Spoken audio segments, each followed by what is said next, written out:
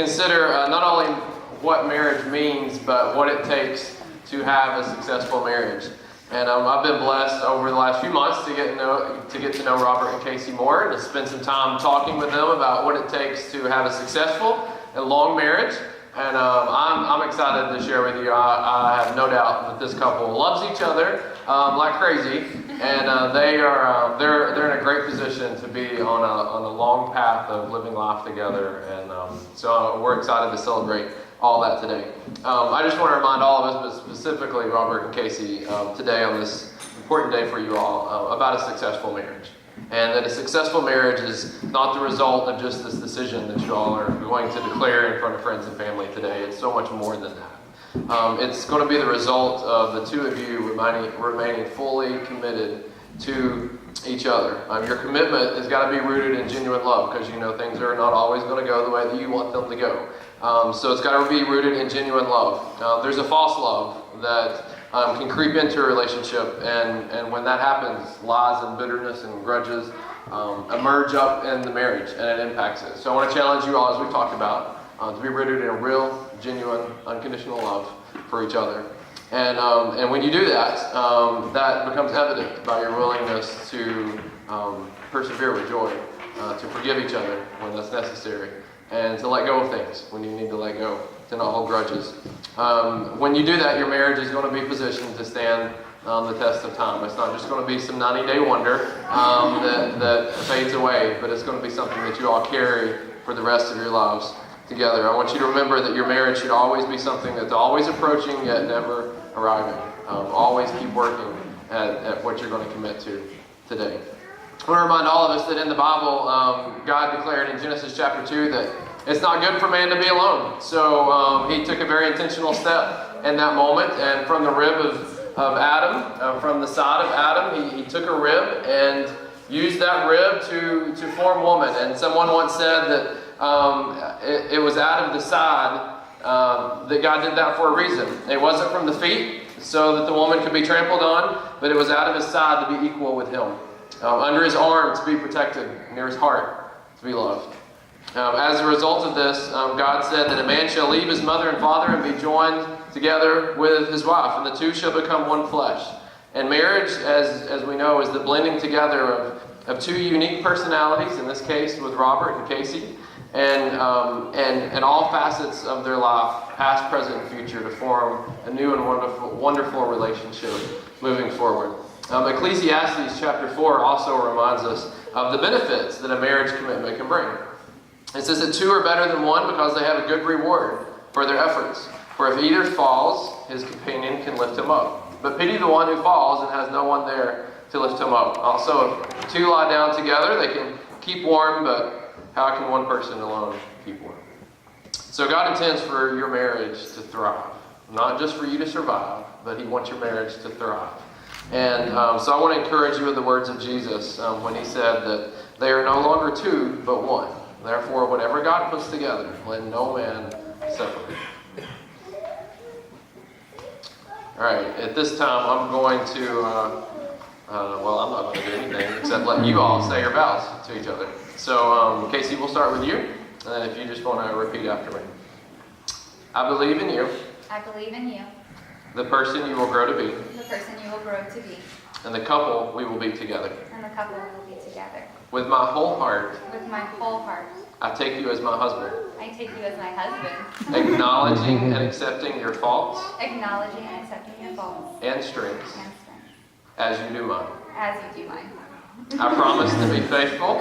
I promise to be faithful. And supportive. And supportive. And to always make. And to always make. Our family's love and happiness. Our family's love and happiness. My priority. My priority. I will be yours in plenty. I will be yours in plenty. And in want. And in want. In sickness. In sickness. And in health. And in health. In failure. In failure. And in triumph. And in triumph. I will dream with you. I will dream with you. Celebrate with you. Celebrate with you. Walk beside you. Walk beside you. Through whatever our lives may bring. Through whatever our lives may bring. You are my person. You are my person. My love. My love. And my life. And my life. Today. Today. And always. And always. Robert, if you would, repeat after me. I can go slower. I believe in you, I believe in you, the person you will grow to be, the person you will grow to be, and the couple we will be together. the couple we will be together. With my whole heart, With my whole heart, I take you as my wife, I take you as my wife, acknowledging and accepting your faults acknowledging and accepting your faults and strengths and strengths as you do mine. as you do mine. I promise to be faithful I promise to be faithful and supportive, and supportive, and to always make and to always make our family's love and happiness our family's love and happiness my priority. my priority. I will be yours in plenty I will be yours in plenty and in want, and in want, in sickness in sickness and in health, and in health, in failure in failure and in triumph. and in triumph. I will dream with you, I will dream with you, I will celebrate with you, I will celebrate with you, and walk beside you and walk beside you through whatever our lives may bring. through whatever our lives may bring. You are my person, You are my person, my love, my love, and my life, and my life, today today and always.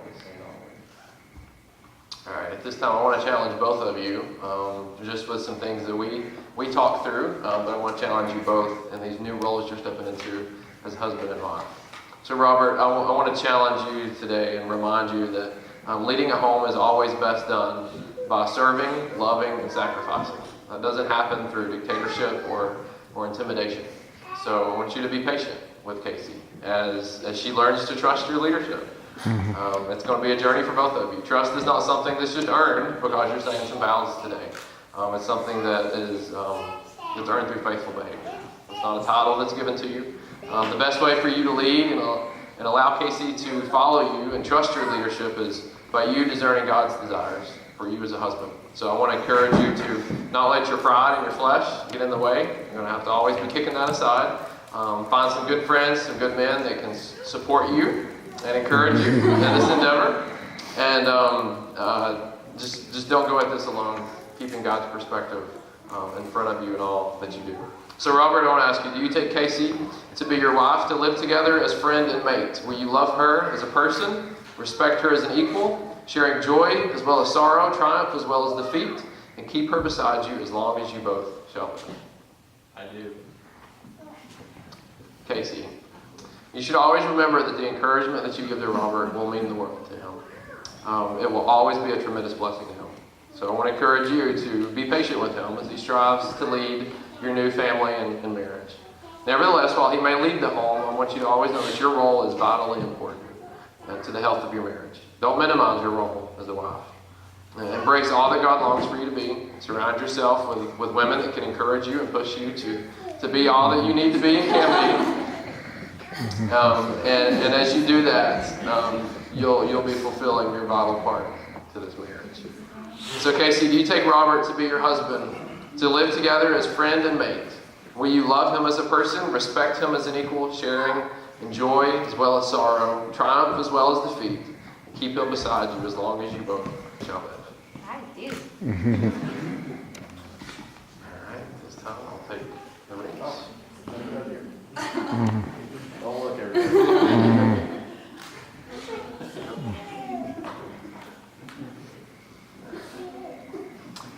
The ring is very symbolic, as we all know, in a wedding ceremony. And a ring is unique in that it's an unbroken circle. It neither has a beginning nor an end. It's a continuous symbol of unity and love that reflects God's eternal purpose on what marriage should be. It's an outward sign of an inward and spiritual bond that's uniting two hearts, Robert and Casey, in love today. And so now, as a token of your love for each other and your deep desire to be united forever in heart and soul, Robert, would you take this ring and place it on Casey's finger? And as you do that, repeat after me. Casey, I give you this ring Casey, I give you this ring as a symbol of my love as a symbol of my love and faithfulness to you, and my faithfulness to you, both of which both of which will have no end, will have no end, just as we have declared today. just as we declared today.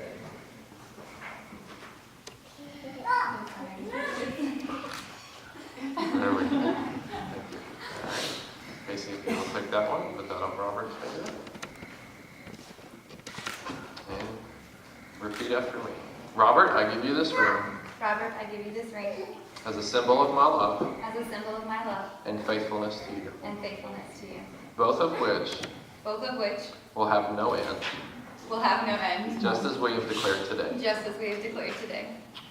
At this time, we're going to pray over Robert and Casey, if you would pray with me. Father God, we just want to come to you right now in this moment and say thank you for your love that you have demonstrated for us. And we are so blessed by your presence in our lives, and that you're not just a God that's disconnected and sitting up on a throne in heaven, but you long to be ever present and active in our lives. And so that is our prayer over Robert and Casey as they officially begin this marriage relationship today.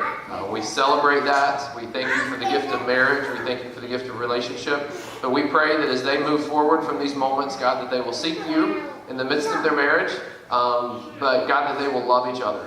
Through the times that are good, through the mountaintops and the valleys, Father, they will remember that love is hard work. It's not just merely an emotion or a feeling. So, Father, I pray that you keep them close to each other, continually be drawing them closer to you. And I just pray for everyone in this room, as friends and families, God, that you would prompt us to not just pray for Robert and Casey, but to reach out, to encourage them, to support them, to befriend them, whatever it is that we need to do to encourage them in this new journey. So we want to celebrate this today, God. We give you thanks, most of all, for your Son, Jesus Christ, for his life, his death, and his resurrection. And it's in his name that we pray. All right.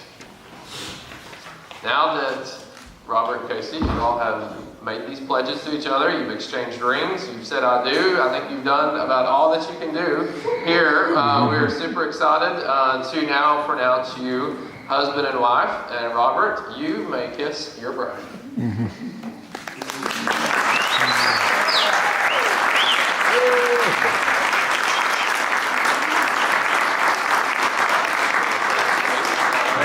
Ladies and gentlemen, I present to you Robert and Casey Gardner.